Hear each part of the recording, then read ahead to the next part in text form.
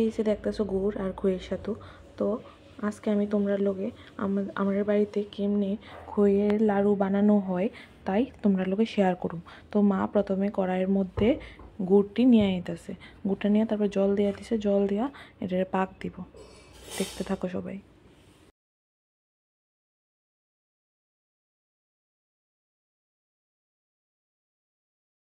তো পুরোটা গুড় জলের লগে মিশা যাবো গা। মা এখন গামলার মধ্যে খইয়ের সাথে নিয়ে নিতেছে। ওই খইয়ের সাথেটার মধ্যে যে ওই গুড়টা পাক দিয়ে রাখছিল ওই গুড়টা মিশিয়ে নেব। সবটা গুড় কিন্তু দিত না, অর্ধেকটা দিব আর অর্ধেকটা রেখা দিব। তো মানে যতটুকুই ছাতু আনছে ওই ছাতুটা কিন্তু অল্প অল্প করে বানাইছে, একবারই পুরাটা দিছে না, আমি দেখছি মারে। তো অর্ধেক অর্ধেক করে দিয়া বানাইছে। তো গুড়টা দেওয়ার পর মা ভালো করে মিশিয়ে নিতেছে যাতে মানে সবটি ছাতুর মধ্যে ভালো করে মিশা যায়।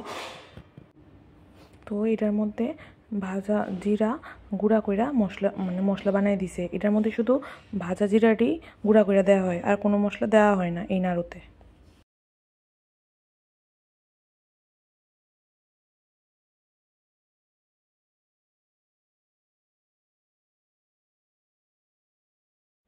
তারপর গুড়টা মোটামুটিভাবে মিশা গেলে দেখো, তারপরে মা এটা একটা বড় একটা জায়গার মধ্যে নিয়ে, তো আমার মনি ধরছে আর আমার মা মানে এটা আরও ভালো করে মিশাইতেছে আর কি, বাইটটা ভালো করে মিশাইতেছে।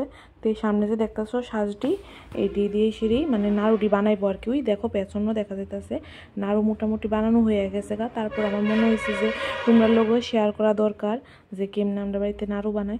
তো কইতে কইতে দেখো আমার মুনি কি সুন্দর করে নাড়ুটা সেজমুনিরও দিছে। দেখো সেজমুনি এখনো বানাই নাড়ুটা কি সুন্দর হইছে দেখো। তো এমন করে সে সবটি নাড়ু বানায় নিব। সেজমুনিও নিয়ে বানাইতেছে। সেজমুনি কেমনে বানাই দেখতে থাকো সবাই।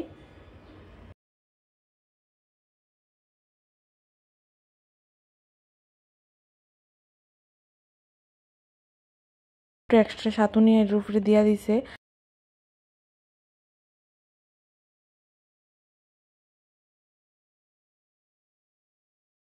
এই দেখো মনির হাতের নাড়ুটা, এই দেখো কি সুন্দর হইছে। তেমন করে করে সবটি নাড়ু বানাই নিছে। তো সবগুলি নাড়ু বানানোর পর এই হয়েছে নাড়ুগুলি। তারপর নাড়ুগুলি মানে অনেকদিন রাখার লিগা এটির উপর দিয়া কিছু এক্সট্রা সাতু দিয়া দিতেছে, তাহলে এটি মানে ভালো থাকবো, আবার একটু শক্ত হইব, তাহলে খাইতেও স্বাদ আর কি।